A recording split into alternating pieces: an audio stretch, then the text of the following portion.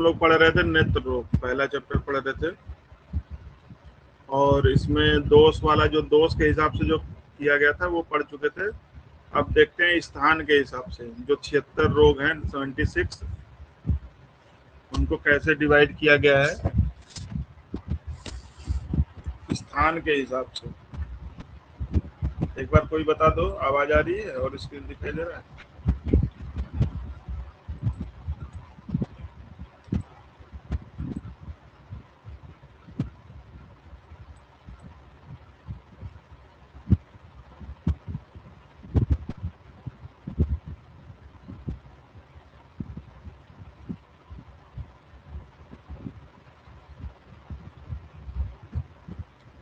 आवाज आ रही है आप सभी को?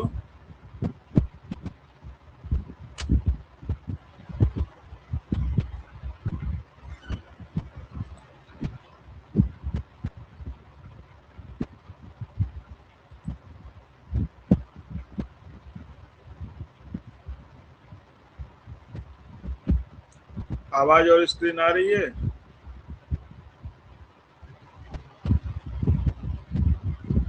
आ रही है। तो सुश्रुत ने टोटल नेत्र रोग कितने बताए? 76 बताया, और उसको अलग अलग तरीके से डिवाइड किया, दोष के बेसिस पे, या साध्यता असाध्यता के बेसिस पे, चिकित्सा के बेसिस पे, या आंख के किस पार्ट में होता है उसके आधार पे। मतलब उन्हीं 76 को कई तरीके से डिवाइड किया। ठीक है, ठीक। जैसे एक आदमी के को अगर एक्सप्लेन करना हो तो कई तरीके से उसके गुणों को एक्सप्लेन कर सकते हैं ना। ठीक है, जैसे उसके कलर, हाइट, ठीक है, या उसका जो भी शरीर की रचना है। उसी तरह आंखों को उन्होंने 76 रोगों को ये 4-5 तरीके से उन्होंने डिवाइड किया। तो पहला ये वाला हम लोग पढ़ चुके थे। ठीक है, और दूसरा पढ़ना स्थान के हिसाब से, और यही मेन है, इसको याद रखना। ये नीचे जो लिखा गया ना, एक कोड लिखा गया, संधिवात में शुक्ला काली दृष्टि वाला सांप बाहर से ले आया। ठीक, तो संधि से क्या हो जाएगा? संधि में जो होने वाली बीमारियां इन्होंने बताया 9। वात मतलब वर्तमगत में होने वाली बीमारियां इन्होंने बताया 21। शुक्ला मतलब शुक्ल वाले जो सफेद वाले हिस्से में होने वाली बीमारियां इन्होंने बताई 11। काली मतलब काली कृष्णगत जो दृष्टि बताई, तो मतलब कृष्ण भाग में जो होने वाली रोग बताए वो 4 बताए। दृष्टि में होने वाले 12 बताया। सांप से मतलब सर्वगत, ठीक है, सर्वज 17 बताया, और वाय भाग में होने वाले ये 2 बताए। ठीक है, तो यही देखो यहाँ पे चार्ट में लिखा गया है, संधि बात में शुक्ला काली दृष्टि वाला सांप बाहर से ले आया। ठीक है, 921। ठीक है, 921, 11, 4, 12, 17, 2। ठीक है, इसको याद रखना है। ठीक, ये हो गया टोटल संख्या कि संधि में होने वाले बीमारी कितनी है? 9 होती हैं। वर्त में होने वाली कितनी होती है? 21 होती हैं। शुक्ल में 11, कृष्ण में 4, और दृष्टि में 12। ठीक, और सर्वगत में 17, और वाय में 2। ठीक, ये तो टोटल संख्या हो गई। फिर इसको फिर वही साध्यता असाध्यता की, मान लो 9 संधिगत रोग बताए गए। अब इसमें साध्य कितने हैं, याप्य कितने हैं, और असाध्य कितने हैं? तो सबसे पहले असाध्य याद कर लो, इसको याद कर लो, 530, 33, 12। 530, 33, 12, इसी के नीचे लिख लो 530, 33, 12। मतलब टोटल उन्होंने 9 रोग बताए, जिसमें से इन्होंने बोला कि असाध्य कितने हैं? संधिगत में 5 हैं, वर्तमगत में 3 है, शुक्लगत में कोई असाध्य नहीं है, कृष्णगत में 3 असाध्य है, दृष्टिगत में 3 है। ठीक है, सर्वगत में 1 है, और ये दोनों ही क्या होते हैं? ठीक है, असाध्य होते हैं। ठीक, तो ये असाध्य वाला याद हो गया आपको। फिर आप याप याद कर लो। ठीक है, 2 ही जगह आपको याप याद रखना है, और कोई है ही नहीं। वर्तमगत में 1 है, कौन सा? जिसका नाम है पक्षमको। ठीक है, एक जो है वर्तमगत में होता है, और 6 कांच होते हैं दृष्टिगत में। ठीक, एक कहाँ है? वर्तमगत में, याप की बात कर रहे हैं हम लोग, और 6 कहाँ पे है? दृष्टिगत में। टोटल संख्या कितनी है? टोटल तो हमेशा वही रहेगा। ये आपके टोटल कितने बताए? 60, असाध्य 17, ठीक है। और जो बाकी रह जाएंगे वो साध्य होते हैं। तो साध्य की संख्या निकालनी, आप निकाल नहीं लोगे? जैसे बताया में, यहाँ पे भी नहीं बताया, यहाँ भी नहीं बताया, यहाँ भी नहीं बताया, यहाँ भी नहीं बताया, ठीक। अगर बात की जाए संधिगत में, टोटल संधिगत नेत्र रोग कितने होते हैं? 9 होते हैं। इसमें से साध्य पूछा जाए तो कैसे निकाल लोगे आप? असाध्य 5 है, ये कुछ है ही नहीं, तो 4 बचा। 4 और 5 ये 9 हो गए ना। उसी तरह इसको निकालना होगा तो 3 और 4 और ये 7, ठीक। इसमें टोटल के टोटल साध्य होते हैं शुक्लगत में। इसमें क्या हो जाएगा? एक साध्य हो जाएगा। दृष्टिगत वाले में देखो 6 और 3 9 हो गया, तो ये 3 साध्य हो गए, ठीक। सर्वगत में 17 और एक असाध्य है, तो यहाँ पे 16 साध्य हो गए और इसमें कुछ नहीं बचे, ठीक है। यही देखो चार्ट यहाँ पे बनाया गया, ये लिखा है ना, देखो 405 का मतलब क्या हो गया? 4 जो है वो साध्य है, यहाँ पे कोई नहीं है, असाध्य 5। तो कैसे याद करोगे ये मैंने आपको बताया। और ये नाम अभी याद करने की जरूरत नहीं है, ये नाम मैं अभी याद करवा दूंगा, आपको सब याद हो जाएगा, ठीक है। दोबारा बता दे रहा हूं फिर से, आपको ऐसे याद रखना है। संधिगत में, संधिवात में शुक्ला, काली दृष्टि वाला सांप बाहर से ले आया। सांप, दृष्टि वाला सांप 9 है, 21 है, ठीक है। 11, 4, 12,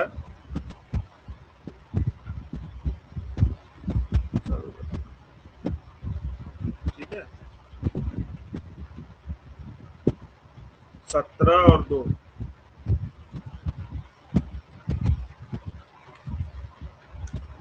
यही ले आया ना, ये इसका वही है।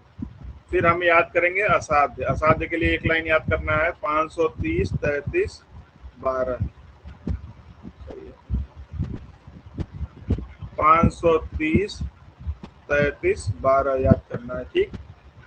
असाध्य वाले में फिर याप पे कितने हैं स्थान के हिसाब से देखा जाए तो एक इसमें आता है वर्तुलगत में और 6 आता है दृष्टिगत में। बाकी सब के आगे डैश डैश मतलब कुछ नहीं है, फिर साध्य निकल जाएगा। ये समझ में आया आप सभी को?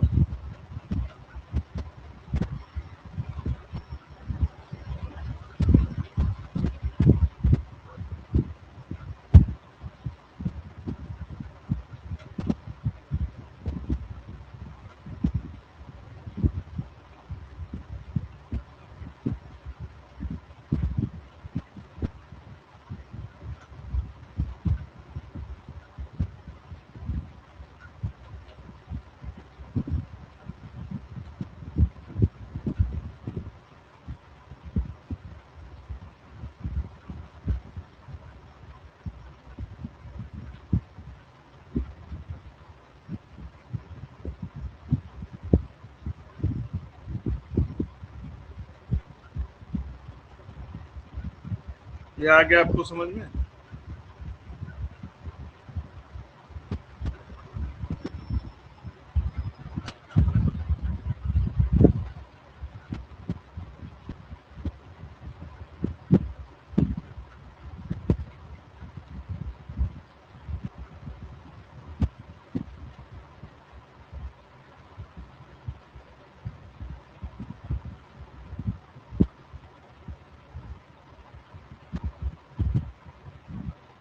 सो रहे हो क्या आप लोग?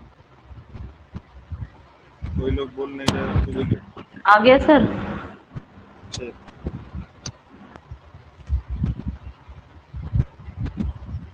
आगे आते हैं हम लोग।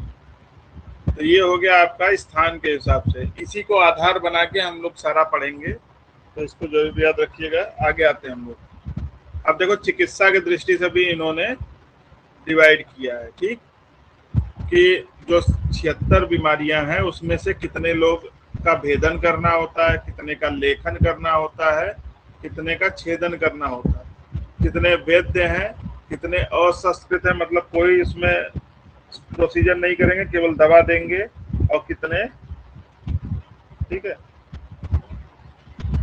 याप पे हैं, और फिर असाध्य तो वही रहेंगे, ठीक है। ये पूरा लिखा गया है। तो इसमें पूछा जाता है, वो तो अंदर तो अभी बाद में पूछेगा, वो मैं याद करवा दूंगा। ये सब नाम के बारे में आप घबराने की जरूरत नहीं है कि ये सब लिखा हुआ है, ये सब तो पढ़ा ही नहीं रहे बॉस, हमको कैसे याद होगा। ये अभी मैं पढ़ाऊंगा अलग अलग, तो सब ये आपको आ जाएगा कि कौन कौन से में भेदन करते हैं, कौन सा लेखन करते हैं। अभी आप केवल मोटा मोटा लक्षण वो याद करो, ठीक है। देखो भेद याद कर लो कि 5 होते हैं, ठीक है। भेदन 5 आंख की बीमारियों में भेदन करते हैं। वैसे एक कोड याद कर लेते हैं हम लोग, बालुका भेदन, ठीक है। बालुका से क्या हो जाएगा, BAL, 20 हो जाता है विषवर्त में, अंजन नामिका में और लगड़ में। ये तीनों ही वर्तमगत बीमारियां हैं और इसमें हम लोग भेदन करते हैं। और 2 जो है संधिगत हैं, कृमि ग्रंथि और उपनाह, इन दोनों में, मतलब 3 बीमारी वर्तमगत की और 2 संधिगत की। ये तो 3 और 2 5 जो ऐसी बीमारियां हैं जिसमें हम लोग भेदन करते हैं, ठीक है। भेदन करते हैं, इसको याद करना चाहो तो याद कर लो। बालुका BA बाल हो गया, UK बालुक भेदन, ठीक है। ऐसे भी याद कर सकते हो, नहीं अलग अलग भी। तो अभी तो इतना याद रखो कि भेदन कितनी बीमारियों में करते हैं, 76 में से 5 में करते हैं। उसके बाद याद कर लो लक्षवे, ये बहुत बार पूछा गया। लक्षवे मतलब लेखन, छेदन और वेदन, 9, 11 और 15 याद कर लो, ठीक है। भेदन कितने बीमारियों में करते हैं हम लोग, 5 में करते हैं। बालुका भेदन याद कर लो। फिर याद कर लो लक्षवे, लेखन, छेदन और वेदन। लेखन करते हैं 9 में, छेदन करते हैं 11 में और वेदन करते हैं 15 में। बहुत बार पूछा गया, बड़ा कंफ्यूजन होता है कि कितने बीमारियों में लेखन करेंगे, कितने में छेदन, कितने में, ठीक है। लेखन 9 किस में करते हैं, तो सभी बिलोंग करते हैं वर्तमगत बीमारियों में। टोटल जो 21 बीमारियां हैं उनमें से 9 में हम लोग वर्तमगत जो बीमारियां 21 हैं उसमें से 9 में 9 ऐसी आंख की बीमारियां हैं जिसमें हम लोग लेखन करते हैं। ये सब नाम लिखा हुआ है, घबराने की जरूरत नहीं, अभी पढ़ाया जाएगा, ठीक है। उसके बाद छेदन देखो, तो एक जो संधिगत वाला है परवड़ी, इसमें करते हैं। 3 वर्तमगत वाले में करते हैं और 5 अर्म और 2 सिरा, ये 7 जो है वो शुक्लगत की बीमारियां हैं। 7, 3, 10 और 11, ये 11 ऐसी बीमारियां हैं जिसमें हम लोग छेदन करते हैं। पूछा जाता है, सब याद करवाया जाएगा, टेंशन लेने की जरूरत नहीं है, ठीक है। वेदन किसमें किसमें करते हैं, तो एक पुआयलस में करते हैं, ठीक है। ये कहाँ की बीमारी है अभी पता चल जाएगा। और 14 सर्वगत रोगों में हम लोग वेदन करते हैं, ठीक। तो इसको ध्यान रखना।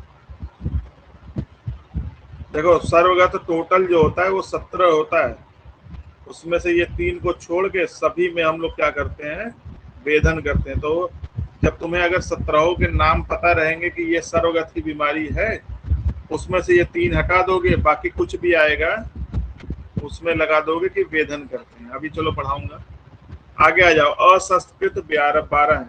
असंस्कृत मतलब इसमें कोई शस्त्र कर्म नहीं करने के लिए बोला गया है। तो ये 2 देखो वर्तमगत के, अक्लीन और प्रक्लीन, इनके लक्षण भी पूछे जाते हैं, अभी पढ़ाया जाएगा। ये 2 वर्तमगत के लाइन से लिखा गया। देखो संधिगत में कोई असंस्कृत वाला नहीं है, उसके बाद वर्तमगत आता है। वर्तमगत में संधि बात में शुक्ला काली दृष्टि वाला सांप लिया है, ऐसे एक क्रम से लिखा भी गया है, ठीक है। तो संधिगत वाले में कोई शस्त्र क्रम वाला नहीं है, अशस्त्र क्रम वाला नहीं है। वर्तमगत में 2 हैं, अक्लीन और प्रक्लीन। उसके बाद शुक्ला में क्या था, शुक्लगत में। इसमें से देखो ये टोटल बीमारी कितनी होती है, 11 होती है ना। इसमें से 7 में तो हम लोगों ने क्या किया, 5 अर्म 2 और सिराओं में, 7 में हम लोगों ने छेदन किया। बाकी देखो अर्जुन, पिष्टक, बलास ग्रथित और सुक्तिका, इन चारों में क्या करते हैं, असंस्कृत करते हैं, ठीक है।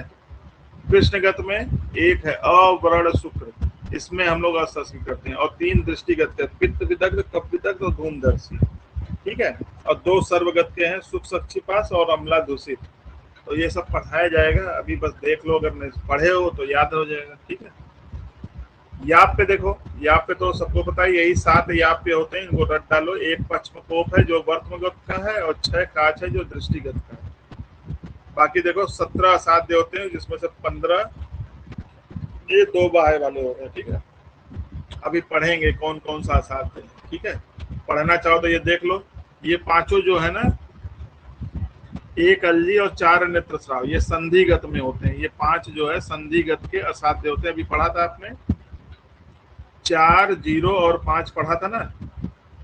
टोटल संधिगत बीमारियां कितनी है? 9 है। ठीक, उसमें से ये 5 जो असाध्य हैं कौन कौन से हैं? अलजी है एक, और 4 प्रकार के नेत्र स्राव होते हैं। वातज नहीं होता है, अभी पढ़ाया जाएगा संधिगत। उसी तरह से ये है, कौन सा है? ये वर्तमगत में 3 असाध्य होते हैं। ठीक है, कौन कौन से? वातहत, निमेष और शोणितार्स। हम लोग इसको याद करते हैं NBR में, अभी पढ़ाऊंगा। चलो ठीक है, तो इसको देख लेना है। ये क्या होगा? ये असाध्य होगा। ये तो ये हो गया चिकित्सा के दृष्टि वाला होगा। ठीक है, तो अभी केवल नाम याद रखो आप कि 76 होते हैं, उसमें से भेदन वाले 5 हैं। लक्षवे मतलब 9, 11 और 15 ये लेखन, छेदन और वेदन हो गए। उसके बाद क्या है? असंस्कृत 12 है, और उसके बाद ये आपके साथ है असाध्य 17 है। अभी इतना भी याद कर लोगे तो काम हो जाएगा आगे के लिए। ठीक है, अब आ जाते हैं जो पहली बीमारी। देखो हम लोग इसी क्रम में पढ़ेंगे। किस क्रम में पढ़ेंगे? जो मैंने एक कोड बताया, संधि बात में शुक्ला, काली दृष्टि वाला साथ बाहर से ले आया। ठीक है, आया समझ में? तो इसी क्रम में हम लोग पढ़ेंगे। ठीक है, तो संधिगत जो बीमारी है वो 9 है। तो पहले 9 के बारे में हम लोग पढ़ेंगे। पहला जो है वो संधिगत। अब देखो इसमें, अब ये जानो, जैसे कि मैं कहता हूं कि किसी भी नेत्र, जो 76 रोग बताए गए हैं, किसी भी बीमारी को अगर उठाओगे, जैसे मान लो परवड़ी के लिए उठाया गया, तो परवड़ी के लिए तुम्हें 5 पॉइंट याद होना चाहिए। पहला पॉइंट क्या होगा? ये कहाँ की बीमारी है, किस स्थान की बीमारी है? तो ये क्या है? संधिगत बीमारी। दूसरा, ये साध्य है कि याप्य है कि असाध्य है? तो किस कैटेगरी में है? ये साध्य में है। तीसरा पॉइंट आपको क्या याद होना चाहिए परवड़ी के लिए? इसमें दोष कौन सा है? तो देखो ये रक्तज दोष है, इसमें रक्त के कारण होता है ये। ठीक है, रक्त के कारण होता है। चौथा, इसमें चिकित्सा क्या करते हैं? तो छेदन करते हैं। और पांचवा, इसका लक्षण। इसका लक्षण कहाँ से मिलेगा? ये देखो नीचे लिखा गया है। परवड़ी क्या होता है? इसको फाइलेंग क्या है यार, चलो कोई कंजक्टिवाइटिस है, मैं बोल नहीं पा रहा हूँ। ठीक है, ताम्रा तन्वी दाह शूलोत्पन्ना रक्ता गया परवड़ी वृत्त सोपा। ठीक है, ताम्रा तन्वी, ताम्र वर्ण का, तन्वी मतलब छोटा, दाह शूल उत्पन्न, रक्त गया रक्त के कारण होता है परवड़ी, और वृत्त प्रकार का शोक होता है। इसे हम लोग क्या बोलते हैं? परवड़ी बोलते हैं। ये पांचवा है कि ये लक्षण, जो ये श्लोक भी रख के पूछा जाता है। तो जैसे कि आपको मैं क्या बता रहा हूँ कि किसी भी बीमारी के लिए आपको 5 चीजें पता होनी चाहिए, और यही 5 चीज मैं सिखाऊंगा आपको 76 के 76 के बारे में। ठीक है, जितने भी 76 है, और बहुत ही सिंपल तरीके से। जैसे ही कोई परवड़ी का नाम लेगा, आपको तुरंत याद आएगा कि ये कहाँ की बीमारी है, ये संधिगत है। दूसरा याद आएगा कि ये रक्तज है। तीसरा आपको याद आएगा कि इसमें साध्य की असाध्य, ये साध्य है। फिर इसमें चिकित्सा क्या करते हैं? तो छेदन करते हैं। और पांचवा क्या है? ये ताम्रा तन्वी दाह शूलोत्पन्ना। यही 5 पॉइंट हर बीमारी के लिए पढ़ना है। मान लो ये परवड़ी ले लिया। दूसरा हम लोग ले लेते हैं, जैसे कि क्या नाम है, उपनाह ही ले लो। उपनाह ले लिया, तो उपनाह कहाँ की बीमारी है? संधिगत है। ठीक है, दोष क्या है? कफज है। भेदन करते हैं इसमें। ठीक है, और क्या है? साध्य है। और इसका लक्षण क्या होता है? इसका उपनाह का लक्षण देखो, ग्रंथि न अल्पो, मतलब ग्रंथि छोटी नहीं होती है। दृष्टि संधि opaco, कहाँ पे होता है? दृष्टि के संधि पे ये होता है। कंडुपाय नीरुजा, इसमें पेन नहीं होता है। इसको क्या बोला गया है? लेक्राइमल सिस्ट जो होता है। ये उपनाह का लक्षण बता दिया। और अष्टांग हृदय ने इसमें बोला है क्षार बुद्ध बुद्धोपमम, ये लक्षण बताया। ठीक है, तो अब आते हैं हम लोग। मैंने तो अभी ये केवल कहानी इसलिए बताई कि तुम्हें थोड़ा सा ये रहे कि हम जो पढ़ रहे हैं वो सही दिशा में पढ़ रहे हैं, और मेहनत करेंगे तो हमको पूरा का पूरा याद हो जाएगा और हम आराम से निकाल लेंगे। ठीक है, अब आते हैं एक एक करके पढ़ते हैं।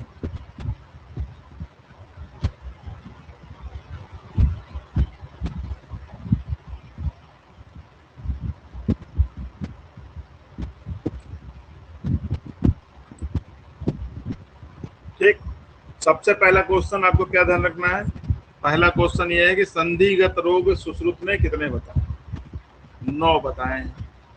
अब आपको याद रखना है कि 9 बताया संधिगत में, और इसमें असाध्य कितना बताया था? हमने अभी याद किया था 530, 33 और 12। तो ये संधिगत वाले के सामने आ रहा है, ये असाध्य की संख्या हो गई कि 5 होता है। ठीक है, तो असाध्य ये आ गया 5, निकल आया आपका असाध्य। फिर हमको याद आता है कि याप्य में इन्होंने 0 बताया, 0 बताया, तो साध्य कितना बचा? 4 बचा। ये सब बता चुका हूं आपको। ठीक है, समझ में आया? आया समझ में? टोटल संख्या कितनी थी? 9 थी, और हमने याद किया था 530, 33, 12, तो 5 इसके सामने आया, मतलब 5 असाध्य बताया है संधिगत रोगों में। याप्य कोई नहीं है, तो साध्य 4 हो गए। अब ये इसके अंदर पढ़ते हैं हम लोग, 4 साध्य कौन कौन से हैं? तो नाम याद कर लो आप लोग, इसके लिए कोई कोड नहीं है, वैसे ही 4 ही है, याद कर लो, सिंपल सा है कि 4 संधिगत साध्य कौन कौन से हैं, तो इसको ऐसे ही याद कर लो। ठीक है, परवड़ी, परवड़ी, नाम में देखो पर, तो रक्तज है। पुयालस, सन्निपात होता है इसमें। परवड़ी है, पुयालस है, उपना है, और कृमि ग्रंथि है। उपना कृमि ग्रंथि को एक साथ में याद रखो, क्योंकि इन दोनों में ही कफ दोष होता है और दोनों में ही भेदन करते हैं चिकित्सा।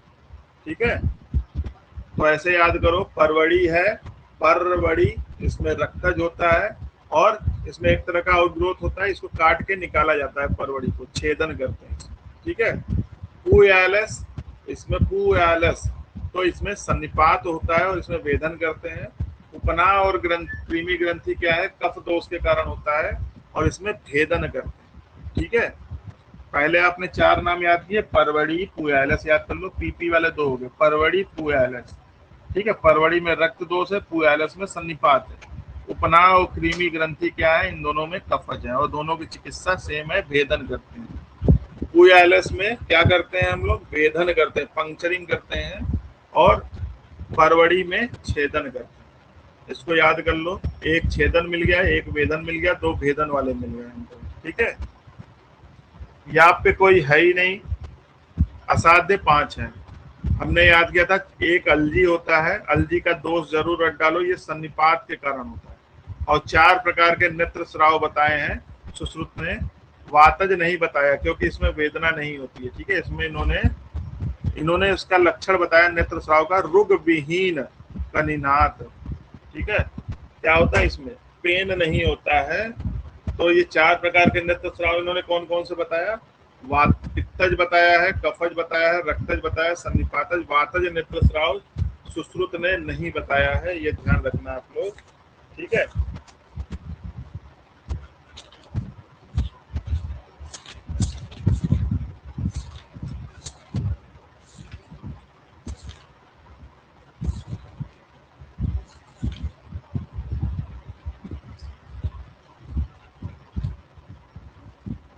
ठीक,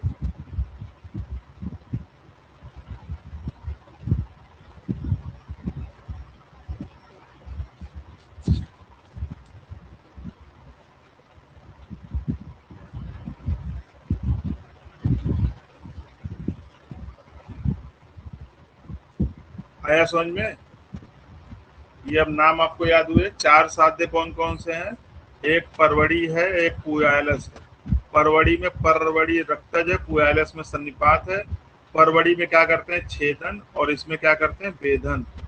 2 है उपना और कृमि ग्रंथि। उपना में क्या है? दोष, कफज है, इसमें भी कफज है, इसमें भी भेदन करते हैं और इसमें भी भेदन करते हैं। यहाँ पे कोई नहीं है, असाध्य 5 है, अलजी और 4 प्रकार के नेत्रस्राव। ठीक, अब आते हैं एक एक के लक्षण पढ़ लेते हैं हम लोग। ये 4 पॉइंट तो यहाँ तक निकल जाएगा। इतने में आपका 9 जो है 76 में से जो 9 बीमारियां हैं उसके 4 पॉइंट आपके निकल जाएंगे। ठीक है, जैसे अलजी के लिए अगर पूछा जाए, अलजी एक क्या है, संधिगत बीमारी है। ठीक, इसमें दोष क्या है, सन्निपात है, असाध्य होता है। ठीक, अब जब इसका कोई असाध्य है तो चिकित्सा कुछ बताया ही नहीं गया। ठीक है, और इसका लक्षण अभी 5वां पॉइंट हम लोग पढ़ेंगे। ठीक है, सबसे पहले आते हैं पुयालस। ठीक, अगर आप लोग किताब देखना चाहोगे तो किताब में भी लिखा गया है। ठीक, श्लोक नंबर 4 आप लोग देखोगे तो इसमें सबसे पहला ही श्लोक है सुश्रुत सूत्र का, सुश्रुत उत्तर तंत्र का दूसरा चैप्टर है। और अगर आपको हिंदी समझने में कुछ दिक्कत हो रही है तो आप किताब भी देख सकते हो, और मैं तो यहीं से पढ़ा दूंगा, यही सेम चीज लिखी गई है। सुश्रुत उत्तर तंत्र का चौथा नंबर श्लोक है ये, और यहाँ पे पुयालस का लक्षण होता है। तो पुयालस का नाम जैसे ही आए आपको ये 4, इसको पढ़ने से पहले 4 पॉइंट आपको याद हो जाना चाहिए। पुयालस एक संधिगत व्याधि है, इसमें सन्निपात होता है, इसकी चिकित्सा में वेधन करते हैं, और ये साध्य है। ये 4 पॉइंट हमको ऑलरेडी पहले से तुरंत दिमाग में आ जाना चाहिए। ठीक है, कैसे आएगा, जब ये ऊपर की चीजें आप रटे रहोगे। ठीक है, ठीक, तो पुयालस हो गया, ये 4 हो गया। अब देखो पुयालस का लक्षण क्या बताया इन्होंने कि पक्व शोफ संधिज।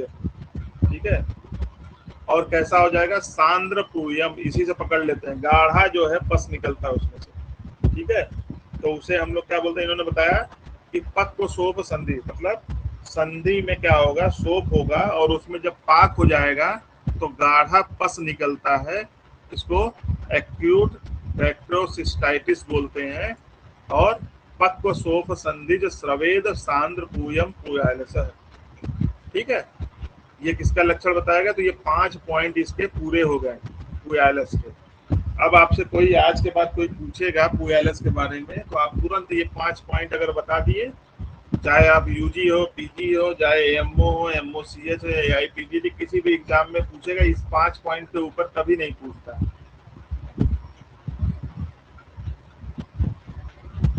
ठीक है, तो इसको आप ध्यान रखना। ठीक, पुयालस हो गया। उसी तरह परवड़ी पे आते हैं। जैसे ही परवड़ी पे आओगे आपको 5 पॉइंट याद होने चाहिए। पहला क्या है, ये संधिगत व्याधि है। ठीक, दूसरा ये साध्य है।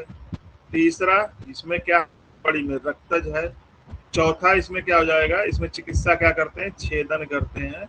ये 4 पॉइंट आपके पास है। अब 5वां क्या पढ़ोगे, ये इसका लक्षण, परवड़ी का लक्षण क्या बताया इन्होंने, ताम्रा तन्वी। ताम्र का मतलब होता है रेडनेस लिया हुआ और छोटी। ठीक है, और क्या बताया, दाह शूलोत्पन्ना, दाह और शूल से युक्त होगा। रक्त गया, रक्त के कारण होता है। ठीक है, और वृत्त प्रकार का शोक होगा, इसे हम लोग क्या बोलेंगे, परवड़ी बोलेंगे। यहाँ पे देखो लिखा गया है कन्फ्यूज विथ अंजन नामिका वर्तमगति, क्योंकि उसके श्लोक में आएगा भी दाह तोदवती ताम्रा तन्वी, ऐसे करके आता है। ठीक है, अंजन नामिका के लक्षण में, अंजन नामिका कहाँ की बीमारी है, वर्तमगत है। तो जहाँ पे कंफ्यूजन होगा वो भी लिखा गया है। ठीक है, तो इसको ध्यान रखना। अभी इसको याद करो परवड़ी के लिए, ये 5 पॉइंट हो जाएगा, संधिगत, साध्य है, रक्तज है, छेदन करते हैं, और ये 5वां लक्षण ताम्रा तन्वी दाह शूलोत्पन्न वृत्त शोका, ये किसका लक्षण है, परवड़ी का। इसी से मिलता जुलता है अलजी। अलजी लेकिन क्या है, एक संधिगत है, लेकिन ये असाध्य है। इसमें दोष क्या है, सन्निपात है, और असाध्य तो कोई चिकित्सा नहीं है। इसका लक्षण देखो, यदि वृत्त स्वरूप का शोक पतला न होकर स्थूल हो जाए, सारा लक्षण यही हो, लेकिन इन्होंने बताया तन्वी न हो, पतला न होकर स्थूल हो, तो उसे हम लोग अलजी बोलेंगे। ठीक है, समझ में आया, उसे हम लोग क्या बोलेंगे, अलजी बोलेंगे। ठीक, यहीं पर लिखना चाहो परवड़ी के आगे तो अष्टांग हृदय ने परवड़ी के लिए जो बोला है वो लिख लो। वैसे अष्टांग हृदय का पढ़ाया जाएगा, लेकिन लिख लो इसको। उन्होंने भी बोला, परवड़ी जो बोला है, ये बोला है कि वर्तम संधि पे होता है, और इसका लक्षण बोला है मुदगोपम। मुदगोपम, और रक्तस तो इन्होंने भी बताया है, वर्तम संधि पे बोला है। मुदगोपम, ठीक। तो हमने पहला पढ़ा पुयालस, दूसरा पढ़ा परवली, तीसरा अलजी, चौथा जाओ उपनाह। उपनाह और कृमि ग्रंथि क्या है, एक साथ में पढ़ रहे थे हम लोग। दोनों में बताया गया था क्या है, दोनों के लिए ये संधिगत है, दोनों के लिए बता रहा हूँ, कृमि ग्रंथि और उसके लिए भी संधिगत बीमारी है, कफ के कारण होता है, ठीक है। दोनों ही क्या है, साध्य है, दोनों में ही भेदन करते हैं। ये 4 पॉइंट इन दोनों के लिए सेम है, उपनाह और कृमि ग्रंथि के लिए, ठीक। अब लक्षण आते हैं। ग्रंथि न अल्पो, उपनाह के लिए क्या बोला गया है कि ग्रंथि न अल्पो, मतलब गांठ जो होगी छोटी नहीं होती है, और क्या होता है कि दृष्टि संधि अपाकः, और इन्होंने बताया संधियों में होता है और नहीं पकने वाला होता है।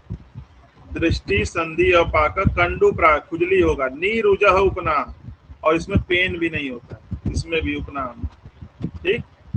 ये किसने बताया, ये श्लोक आपको ध्यान रखना होगा। ग्रंथि न अल्पो दृष्टि संधि अपाक कंडू प्राय नीरुजह, ये उपनाह के लिए बोला गया। और अष्टांग हृदय ने छार बुद्ध को कमम बोला, ठीक है। क्रीमी ग्रंथि बहुत बार पूछा गया, ब्लेफराइटिस जिसको बोलते हैं, ठीक है। ब्लेफराइटिस क्या लिखा गया, इसका लक्षण देखो। क्रीमी ग्रंथि वर्तमः पक्ष्म कंडु कृमि संधि जाता। श्लोक अगर नहीं भी याद है, ये इसमें पूछा जाता है कि ये किस किस संधियों के बीच में होता है, ठीक है। तो इसको याद कर लो, पीबीएस याद कर लो। पीबीएस का मतलब पक्ष्मगत, वर्तमगत और शुक्लगत, इन इनके बीच में या इन इनके बीच में ये होता है, ठीक है। ये जो कृमि ग्रंथि होता है पक्ष्म की संधि में, वर्त में और शुक्ल की संधि में होता है, ठीक है। ये जो पीबी लिखा गया है यहाँ श्लोक में, वर्तम, ठीक है, ये लिखा वर्तम पक्ष्म वर्तम शुक्ल, मतलब पक्ष्म और वर्तम के बीच में, वर्तम और शुक्ल के संधियों के बीच में ये होता है कृमि ग्रंथि जो है। कहाँ पे होता है ब्लेफराइटिस, पक्ष्म और वर्तम संधि के बीच में होगा या वर्तम और शुक्ल के होगा। तो इसको एक चार्ट में लिख दीजिएगा, पीबीएस। कई बार पूछा गया किन संधियों के बीच में होता है। और क्या होता है, कंडू होगा, इसमें खुजली होगा, क्रीमी की उत्पत्ति होती है संधियों में। और लास्ट में एक श्लोक कैसा लिखा गया, चरतो अंतर नयन, बहुत बार पूछा जा चुका है कि ये किसका लक्षण है, क्या करता है, ये खा जाता है, अंतर नयन मतलब आई बॉल को भी खा जाता है, ठीक है, ठीक। समझ में आया, बहुत बार पूछा गया। तो कृमि ग्रंथि के लिए 4 पॉइंट, ये संधिगत है, ठीक। और क्या होता है, इसमें कफज होता है, इसमें भेदन करते हैं, और ये साध्य होता है। ये 4 हो गया। पांचवा ये ध्यान रखना, ये कौन कौन सी संधि के बीच में होता है। चरंतो अंतर नयन को रख लेना, जल्हड़ भाव प्रकाश और रत्नाकर, इसे नाम दिया है, ठीक है। क्या नाम दिया है, जंतु ग्रंथि नाम दिया है। और यहीं पे अष्टांग हृदय का याद कर लेना, अष्टांग हृदय ज्यादा पूछा नहीं गया है। अपांग या कनीनक संधि के बीच में कृमि होता है, कृमि ग्रंथि। तो यहाँ तक हो गया, ठीक।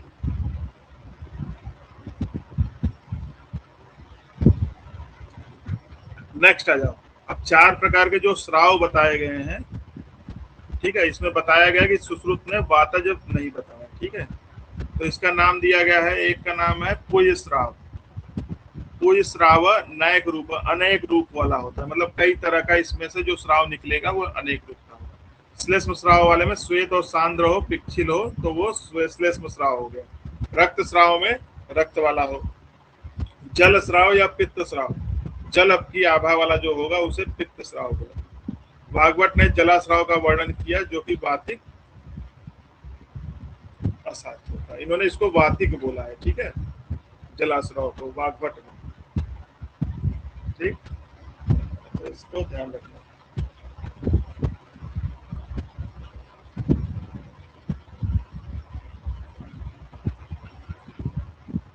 तो ये हमारे 9 हो गए, जो कि पहले 9 कौन से हैं? संधिगत वाले। किसको किसको समझ में आया और किसको किसको नहीं आया मैसेज करिए।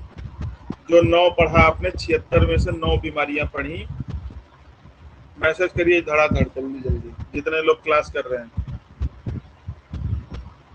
बाकी लोग तो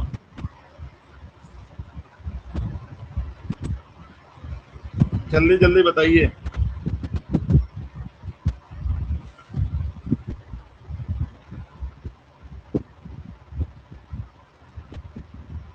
जल्दी जल्दी बताइए, जिसको नहीं, जिसका मैसेज नहीं आया उसका मतलब उसको नहीं आ रहा है।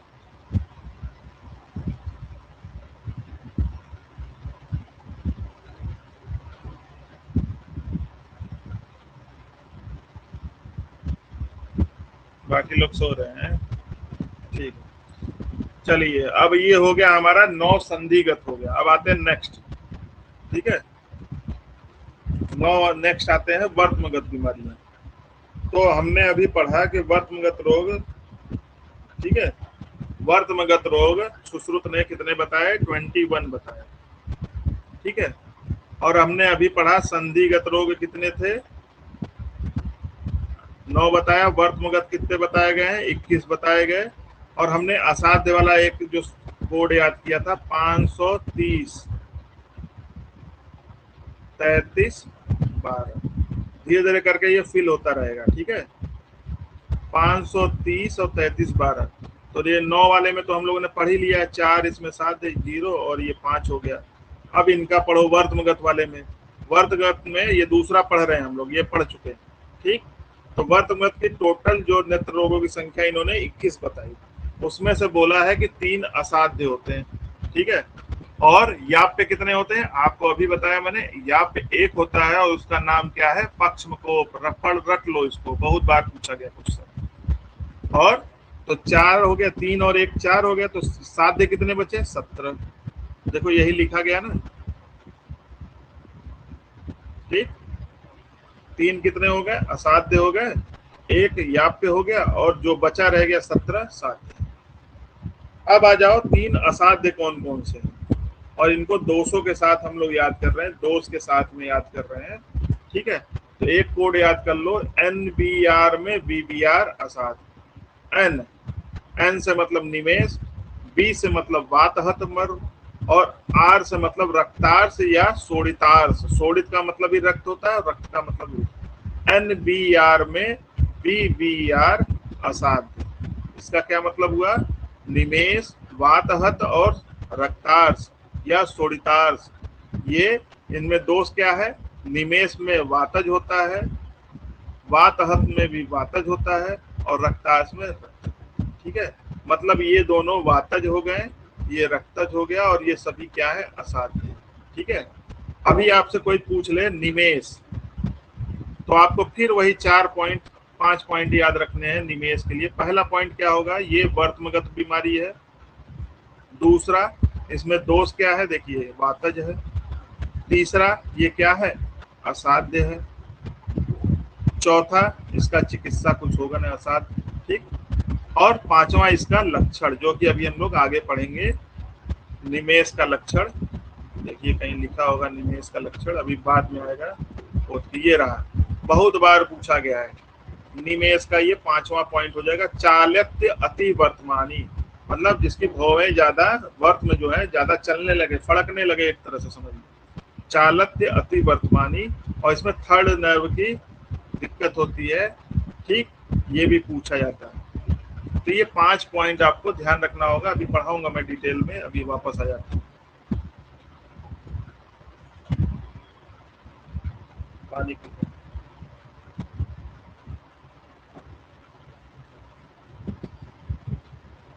समझ में आया? 21 में से जो 3 असाध्य हैं कौन कौन से हैं? NBR में BBR असाध्य। NBR का मतलब निमेष, वातहत, और R से शोणितार्स या रक्तार्स। BBR का मतलब वातज है और रक्तज है, और ये सभी तीनों क्या है? असाध्य। फिर हमने याद किया कि वर्तमगत में 21 में से 3 असाध्य है, एक कौन सा है? पक्षमकोप जो है याप्य होता है। इसमें दोष क्या होता है? सन्निपात होता है। ये कहीं लिखा होगा, देखिए नीचे, जहां तक मुझे याद है। अच्छा, यहाँ से निकलेगा, सभी सन्निपात होते हैं एक्सेप्ट इसको छोड़ के। ये दोष वाला भी एक चार्ट है, वो याद करा जाएंगे, ठीक है। सन्निपात होता है, ठीक है।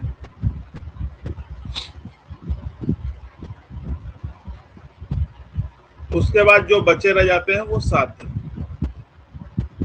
ठीक।